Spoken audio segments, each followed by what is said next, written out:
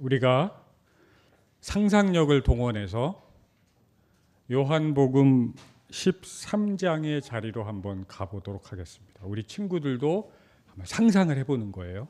2000년 전에 예수님이 우리의 몸을 입고 하셨던 마지막 식사입니다. 굉장히 중요한 식사죠. 너무너무나 소중한 그 식사 자리에 우리도 함께 합니다. 예수님은 제자들과 그렇게 만찬을 하셨고, 우리가 흔히 얘기하는 그 유명한 최후의 만찬입니다. 우리 어린이들 한번 따라해 볼래요? 최후의 만찬. 최후의 만찬에서 어떤 일이 있었냐면, 우리가 매주 하는 성만찬, 예수님의 몸과 피를 나누는 그 만찬, 우리가 하는 만찬이 그때 그 최후의 만찬을 기념하고 기억하는 거예요. 따뜻한 빵이 놓여 있고, 제법 예수님의 마지막 만찬 때 드셨던 포도주니까 꽤 괜찮은 포도주를 드시지 않았겠어요? 좋은 포도주가 있고, 그리고 우리가 술이 우리한테 주는 미덕이 있죠. 우리의 방어 기제를 무너뜨리고, 우리 세상 점잖은 최순철 집사님도 유재석처럼 만드는 그런 마법이 술을 통해서 우리가 벌어지는 거죠. 물론 맨정신으로 그렇게 사시는 우리 노영주 집사님 같은 분도 있긴 하지만 참 아름다운 일입니다. 그래서 분위기도 말랑말랑해지고 분위기가 참 좋습니다. 그래서 해도 지고 이성보다는 감성이 좀 더 활발하게 활동하는 그 시간에 예수님은 갑자기 이제 너희 중에 돈주머니 맡은, 보통 회계를 누가 맡습니까? 제일 믿음직스럽고 충성스럽고 똑똑하고 능력 있는, 우리 교회만 봐도 그렇잖아요. 그 회계를 맡은 그 유다가 예수님을 배반하고 팔아 넘길 것이라는 정말 그 좋은 분위기를 깨는 그런 말씀을 폭탄 던지듯이 던져 놓습니다. 분위기가 어땠을까요? 상당히 싸했겠죠. 그리고 유다 얼굴을 한번 보고, 그리고 유다는 퇴장합니다. 그리고 우리가 읽었던 본문이 펼쳐지는데, 요한복음 13장 31절을 한번 다 같이 읽어볼까요? 요한복음 13장 31절. 우리 어린이들도 한번 찾아보세요. 우리 세연이가 읽었던 그 말씀의 바로 전 구절이에요. 요한복음 13장 31절. 자, 우리 다 함께 읽도록 하겠습니다. 유다가 나간 뒤에 예수께서 말씀하셨다. 이제는 인자가 영광을 받았고 하나님께서도 인자로 말미암아 영광을 받으셨다.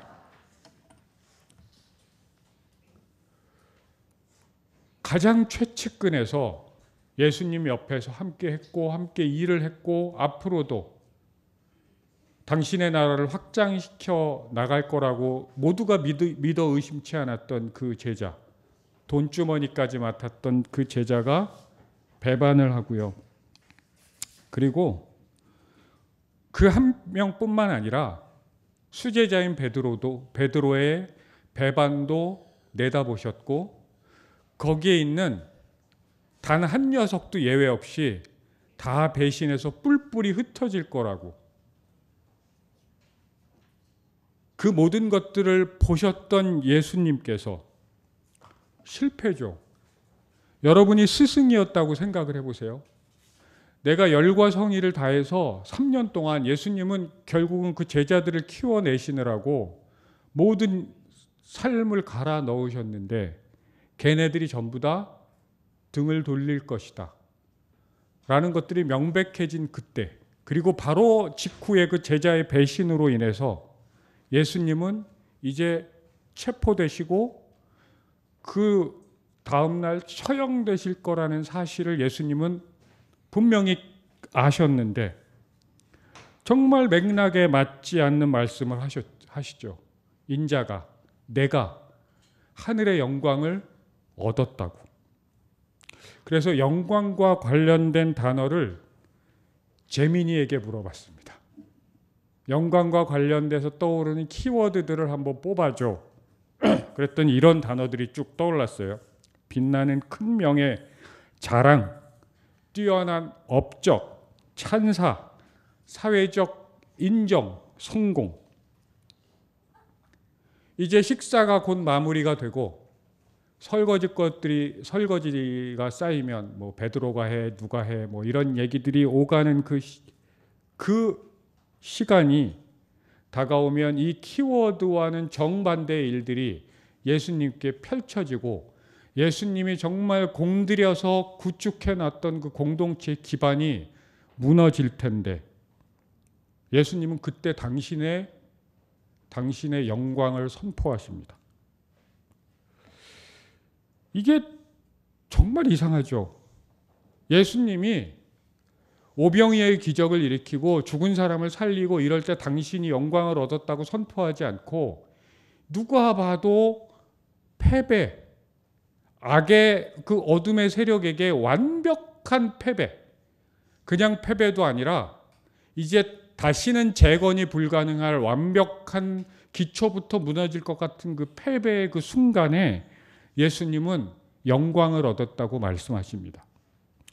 그러니까 우리가 성경을 읽으면 읽을수록 예수님께서 바라보셨던 원리와 세상의 원리는 전혀 다른 기준으로 돌아가고 있음을 우린 알지요. 그래서 우리가 그 길에 설득되는 것도 너무 힘든 일이고 그 길을 따라가는 것도 너무 힘든 일이고 그래서 예수님은 그 길을 좁은 문이라고 말씀하시는 것 같아요. 아무튼 배반과 실패와 고통의 한복판에서 예수님은 적어도 예수님의 눈은 새로운 세상이 열린다는 것을 보셨던 것 같습니다. 그게 제자들의 시선과 예수님의 시선에 건널 수 없는 것 같은 어마어마한 간극. 칼 바르트라는 신학자가 말했던 하나님과 인간의 무한한 질적 차이라는 이야기인 것 같습니다. 우리도 그 시선과 너무 다른 시선을 우리 일생에서 계속 느끼지 않습니까? 근데 예수님은 거기서 술잔을 기울이고 이 시간을 기억하라고, 기념하라고. 제자들 한두 명이 아니라 모든 제자가 예수님의 등에 칼을 꽂는 것 같은 그 처절한 시간, 그 시간을 기념하라고. 그때 술잔을 기울여서 떡을 떼면서 너희가 모일 때마다 그걸 기념하라고 말씀하시는 거예요. 니네들 눈에 보이는 완벽한 패배에 절망하지 말고 단 한 놈도 예외 없이 당신을 다 배반했지만 그러나 내가 너희들의 그 허물을 허다한 죄를 덮을 테니 나는 너희들을 배신자로 보지 않고 사랑하는 제자로 계속 봐줄 테니 그래서 그 안에서 벌어지는 허물을 덮는 그 용서를 기념하면서 당신이 얻은 영광을 축하하라고. 우리가 그래서 매주 드리는 성찬식은 그런 축하의 의미, 용서의 의미를 되새기는 자리죠. 예일과 하버드 대학의 그 빛나는 교수 자리를 버리고 장애인과 비장애인이 함께 살아가는 그 공동체, 토론토에 있는 데이브레이크라는 공동체에서 이제 장애인과 평생 살다가 돌아가신 헨리 뉴에는 공동체에 필요한 훈련이 두 가지 있다고 얘기했습니다. 하나는 용서 훈련이고 하나는 경축 훈련이라고 말했습니다. 따라해 볼까요? 용서 훈련, 경축 훈련.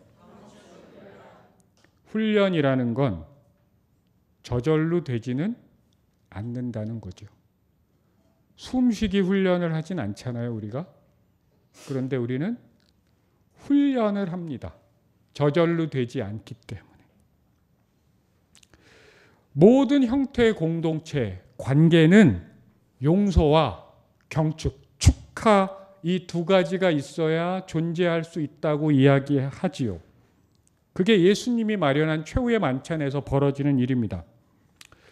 헨리 나우인이 이렇게 얘기해요. 용서는 상대를 하나님이 아닌 존재로 그냥 두는 것이다.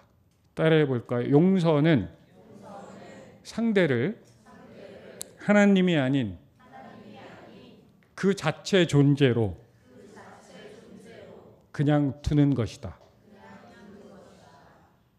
용서한다는 것은 이런 걸 뜻한다는 거예요. 네가 나를 사랑한다는 거 내가 잘 안다. 하지만 나를 조건 없이 무조건적으로 사랑하지 않아도 된다. 어떤 인간도 그럴 수 없기 때문이다.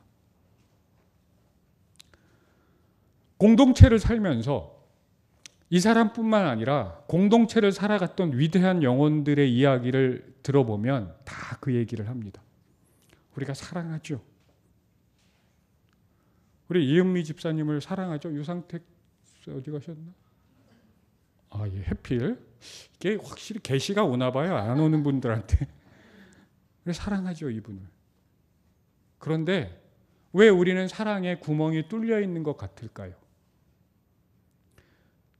결혼을 하고 모든 사람들의 축복을 받고 정말 불타는 가슴으로 결혼을 하는 그 두 사람이 그럼 이제 잘 사는 길만 남을 것 같은데 살다 보면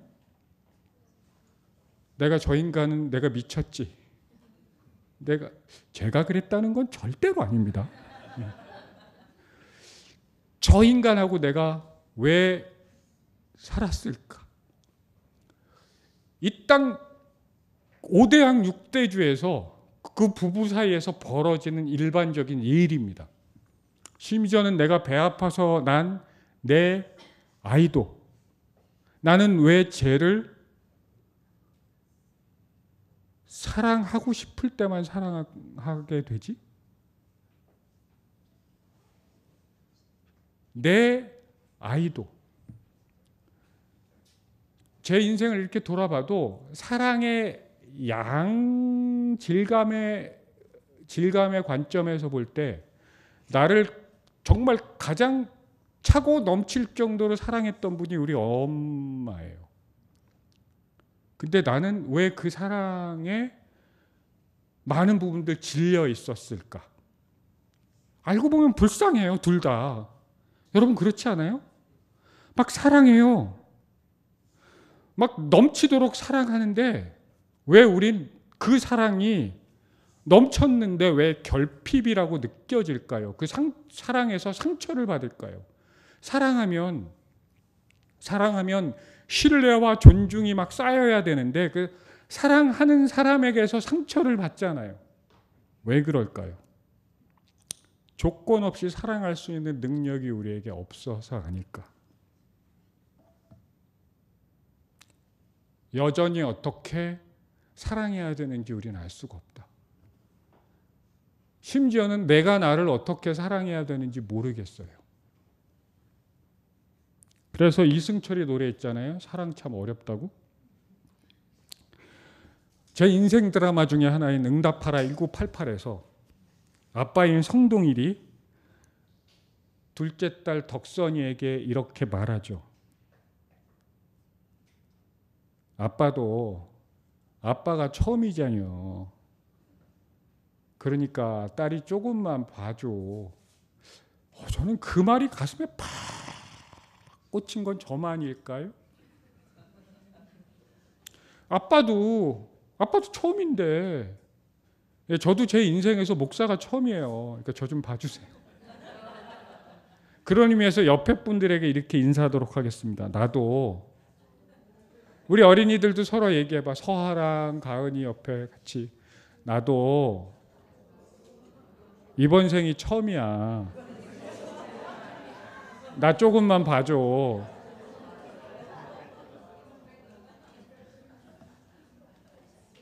예, 우리 모두는 이번 생이 처음이에요. 카네이션을 가슴에 달고 있는 허진 어버이도 이제 몇 년 후면 30이 되잖아요. 그렇죠? 30은 처음이잖아. 이제 20대가 조금 익숙해질 만한데 이제 30이 됩니다. 30은 처음이거든요. 저도 좀 있으면 60이거든요. 처음이에요. 다 처음이에요, 인생은. 그래서 예수님은 그 제자들이 얼마나, 제자들 모두는 예수님을 사랑했습니다. 어쩌면 가장 강렬하게 예수님을 사랑했던 건 유다였을지도 모릅니다. 제가 문학적 능력이 있으면 유다를 주인공으로 소설을 한번 써보고 싶다는 생각만 했어요. 위대한 문호가 좀 그렇게 그런 걸 하나, 엔도스 샤쿠 같은 사람, 이를테면 그런 사람들이 유다를 주제로 한번 유다의 마음을 굉장히 사랑하지 않았을까요? 베드로는요, 요한은요. 그들이 사랑하지 않아서가 아니에요. 근데 그들은 예수님을 조건 없이 사랑할 수 있는 능력이 그들에게 없었습니다. 그런데 유다를 제외한, 유다는 예수님이 더 사랑할 기회를 스스로 박탈해 버려서 벌어진 비극이었고, 그런데 그들은 왜 교회의 반석이 됐느냐, 모두가, 그 배신자들이. 예수님이 괜찮아. 난 너희가 그런 줄 알고 있어. 내가 너희를 조건 없이 사랑할게. 그 사랑에 힘입어서 그들은 영적 여정을 걸어갈 수 있었죠. 오늘 13장 초반부에 그걸 이렇게 얘기합니다. 예수님은 자기가 세상을 떠날 줄 아시고 제자들을 자기의 사람들이라고 표현했어요. 예수님을 만났던 그 자기의 사람들, 12명보다 훨씬 더 많은 범위에 사랑하되 끝까지 사랑했다고. 따라해 봅시다. 예수님은 우리를 사랑하시되 끝까지 사랑하셨다. 이 결핍투성인 사랑, 구멍이 펑펑 뚫려 있는 그 사랑밖에 할 수 없는 우리들을 보시고 예수님은 끝까지 사랑하시고 단 한마디 부탁을 합니다. 내가 너희를 사랑한 것 같이 너희도 사랑해라. 내가 너희를 끝까지 사랑했거든. 그러니까 너희도 그렇게 했으면 좋겠어. 우리는 우리를 크리스찬이라고 하잖아요. 우리는 예수님을 세상에 증언하는 사람들입니다. 그래서 우리를 다른 말로 제자라고 부르기도 하고 하나님의 자녀라고 부르기도 하지요. 그리고 우리가 제자임을 세상에 드러나는 어쩌면 단 하나의 길은 우리가 이 공동체 안에서 서로 사랑하는 겁니다. 예수님은 세상을 구원하시려 이 땅에 오셨어요. 그런데 예수님은 그 방법을 딱 하나로 제시하는 것처럼 보입니다. 우리가 서로 사랑하는 것. 우리가 서로 사랑하면 이 세상을 구원할 거라고. 제가 몇 주 전에 어떤 분을 우리 카페에서 만난 적이 있습니다. 이 친구는 굉장히 선한 뜻을 가지고 올곧은 친구예요. 그래서 정말 20여 년 동안 시민운동에 헌신했던 분입니다. 제가 볼 땐 그 진정성을 가지고 꾸준히 그 일을 해왔고, 그런데 그런 그가 마음속에 회의를 느끼면서 저를 찾아왔었습니다. 정말 옳은 세상을 위해서 열심히 일했는데 정작 그들 안에서는 너무도 차갑고 서로를 정죄하고 이 따뜻한 세상을 만들겠다고 목소리를 높이면 높일수록 자기 안의 온기가 사라지는 것들을 계속 경험하면서 근본적인 회의를 가지고 왔습니다. 제가 뭐라 그랬을까요? 우리 교회를 나와라. 요즘 제가 열심히 전도하고 있습니다. 그리고 그러면서 제가 제안한 그 제안은 진심이구나. 내가 단순히 소일교회 목사기 때문에 제가 저를 이렇게 보면 제가 그 세일즈맨을 해도 잘할 거라는 생각은 했는데 중요한 건 뭐냐면 제가 확신 있는 제품은 잘 팔 수 있어요. 그런데 내가 확신 없는 건 제가 못 파는 인간이에요. 그래서 세일즈맨이 못 됐겠죠. 이제 생각해보면 소일교회를 추천할 때 제 진심이 네가 온기를 느낄 거야. 제가 최근에 만난 몇 사람들, 삶의 어려움을 겪고 있는 몇 사람들한테 제가 소일교회를 자신 있게 소개하는 제 모습을 보면서 참 감사한 생각이 들었어요. 이사한 지 한 2달이 좀 넘었죠. 저는 오늘도 화장실에 물을 틀었는데 뜨거운 물이 나오는데 너무나 황송하더라고요. 와, 우리가 뜨거운 물이 나오는 교회를 사용하고 있구나. 그런데 자기 건물을 가지고 지하 3층부터 지상 6층까지 그냥 완벽한 교회 시스템을 갖고 있는 그런 교회들을 보면 웃기죠. 우리 교회 보면. 코딱지만한 이 건물에.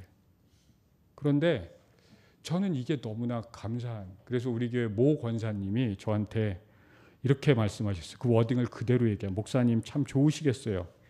이런 애들이 어딨어요. 제가 얘기한 게 그분이 얘기했어요. 이런 애들이 어딨어요. 이렇게 좋은 애들과 목회하시니까 좋겠어요. 예, 저도 아멘입니다. 그래서 우리 소일 가족들의 전화를 받거나 카톡을 하면 제가 웃고 있는 걸 느낄 수가 있어요. 오늘 주일 예배를 준비하면서 시편 133편을 그대로 제 가슴에 들어왔습니다. 이건 성전에 올라가면서 불렀던 노래거든요. 형제 자매가 어우러져서 함께 사는 모습. 헐몬산에 이슬이 쭉 내려서 수염까지 이렇게 덕시고 그냥 기름지고 축복된 그 삶. 여기서 형제 자매는 단순히 혈연의 가족이 아니라 성전으로 향해 가는 순례자의 모습이라고 이야기할 수 있죠. 벌써 5년이 지난 산티아고 순례길을 돌아보면서 이 구절이 함께 묵상됐습니다. 순례길, 정말 어저께 날씨 같은 그런 날씨가 거의 기본값이에요. 거의 스페인이 아니라 날씨는 영국 날씨거든요. 비를 맞고 꽤 지지한 차림의 순례자들을 서로 보면서 아주 촌동네거든요. 스페인의 최고 촌동네. 사람들이 모두가 알아듣는 스페인어가 있어요. 부엔 까미노. 좋은 여행 되라. 이 어설픈 스페인어를 나누면서 그 얘기를 들을 때마다 우리가 관대해지고 따뜻해지는 걸 느낄 수가 있습니다. 제가 정말 고생 그야말로 개고생하면서 제 발바닥에 이제 물집이 막 한두 개가 아니라 그냥 거짓말 조금 못하면 수십 개의 물집을 쩔뚝거리면서 산티아고 콤포스텔라라는 도시를 들어갔습니다. 저 혼자서. 그때 거기 주민 몇 사람들이 계속 축하한다고. 딱 보니까 꾀지지하고 이런 어설픈 순례 딱 보면 알겠죠. 그 사람들은.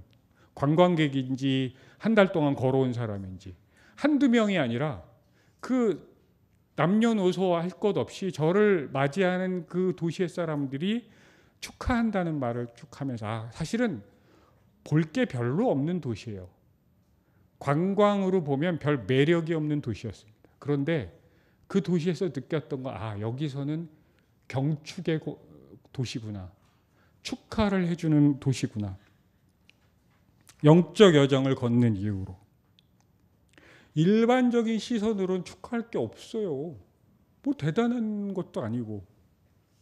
그 관광객이 아닌 순례객들은 돈을 쓸 일도 별로 없거든요. 돈이 없기 때문에.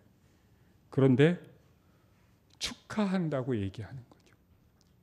우리의 삶에서 경축이란 단어, 축하라는 단어, 우리는 언제 축하합니까? 드디어 우리 최민혁 집사님이 베니스 영화제 그랑프리를 받았습니다. 우와! 축하하겠죠. 그쯤은 돼야 믿으시면 아멘 하시고. 김지혜 집사님이 로또를 샀는데 100억짜리가 당첨됐습니다. 그래서 우리가 이 건물을 사버렸습니다. 뭐 이런 거. 그런데 예수님은 어디서 영광을 얻었다고, 어디서 우리가 함께 축하하자고 하냐면, 이제 곧 배신자의 손에 제자들 모두가 예수님을 사랑했지만 총칼의 위협 앞에서까지 사랑할 수 없었기에, 그래서 닭이 3번 울릴 때 통곡할 수밖에 없었던 그 결핍투성이의 베드로의 사랑을 보면서 예수님은 영광을 얻었다고 선언하고 축하하자고 이야기합니다. 우리는 그런 전쟁통 같은 내면과 전쟁 난리통 같은 세상을 살아가고 있지요. 14세기 러시아에서 아주 큰 전쟁이, 그러니까 중세 유럽은 사실 야만의 땅이었죠. 수시로 전쟁이 터졌고, 14세기 러시아에서 큰 전쟁이 터졌고, 여기저기서 약탈과 침략이 벌어졌습니다.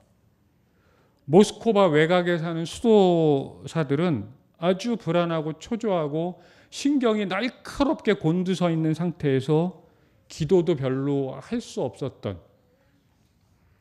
그런 온갖 불안과 걱정 속에 있었습니다. 그때 수도 원장이 수사이자 나중에 레전드가 된 화가 안드레이 루블로프를 부릅니다.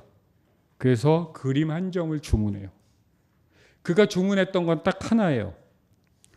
그들을 마음이 흩어져 있고 영혼이 갈피를 잡지 못하는 자기 수사들을 집으로 다시 불러들일 수 있는 작품을 그려달라고. 이렇게 정확하게 주문했대요. 우리를 본연의 자리로 돌아오게 할 성화를 그려주십시오. 제가 소일 갤러리에 뭘 하나 올렸어요. 카톡을 여시고 한번 그 그림을 한번 보실래요? 우리 어린이들도 우리 지혜 이모 이렇게 그림도 보고 한번 봐보세요.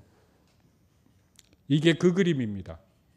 안드레이 루블로프가 그린 삼위일체입니다.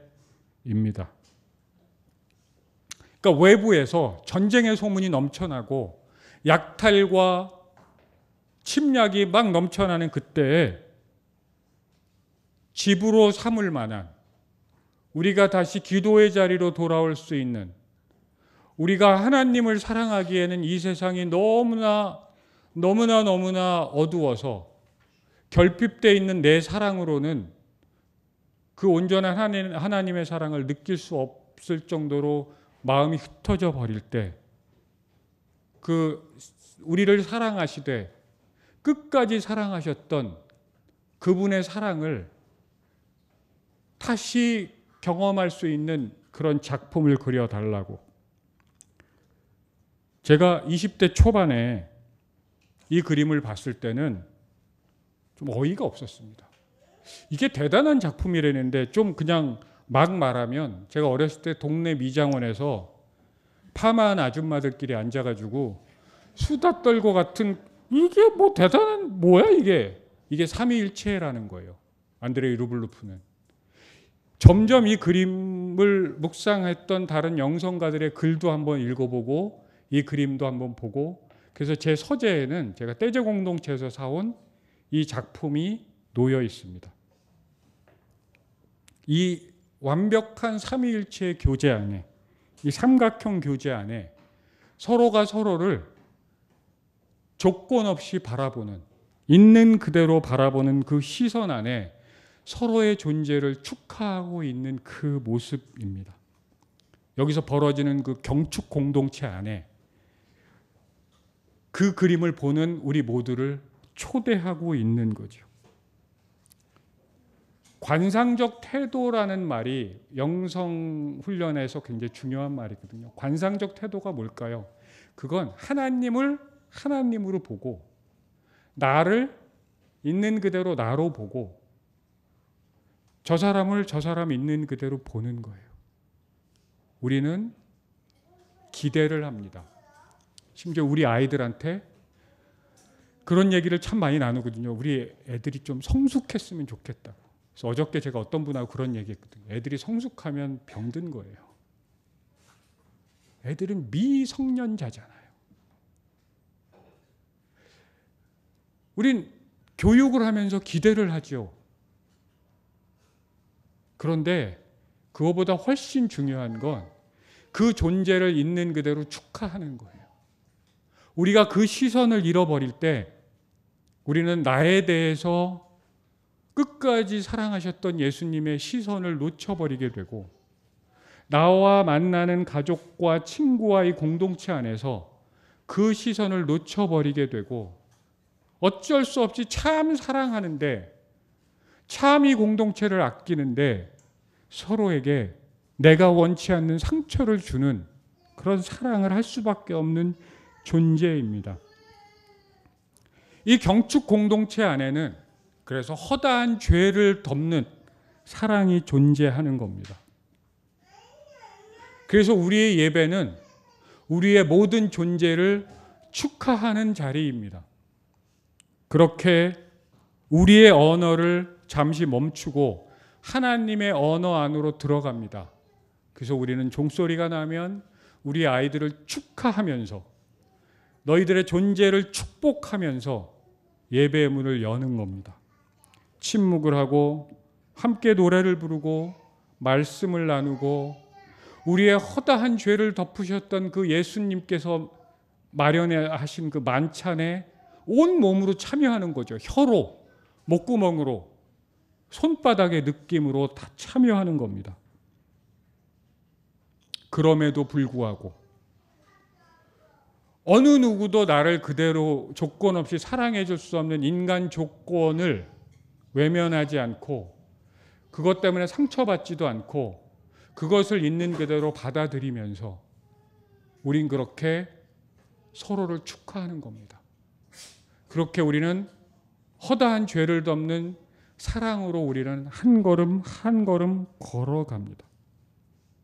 이 세상은 그런 사랑을 할 수 있는 능력이 없어요.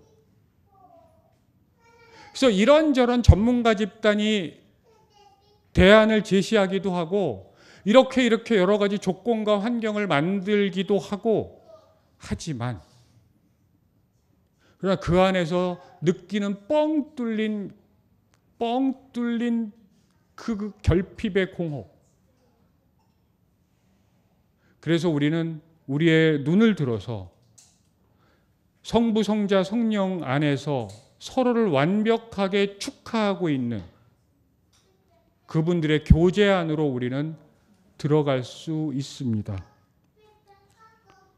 그 안에 우리는 세상을 구원할 수 있는 당신의 공동체가 되어 갈 겁니다. 우리는 서로를 있는 그대로 사랑할 힘이 없습니다. 우리는 그걸 인정하면서, 그러나 나의 허물조차 덮어주고 너의 허물도 덮어주는 그 사랑으로 이 순간 우리는 매 순간 우리를 초대하고 계시는 그분의 초대에 힘입어 우리는 지금 나 자신을 축하할 수 있습니다. 그리고 내 옆에 기대에 있는 그 사람들, 나를 만나는 가족들, 친구들, 이웃을 축하할 수 있습니다. 그렇게 우리가 서로를 구원했으면 좋겠습니다. 함께 기도하겠습니다.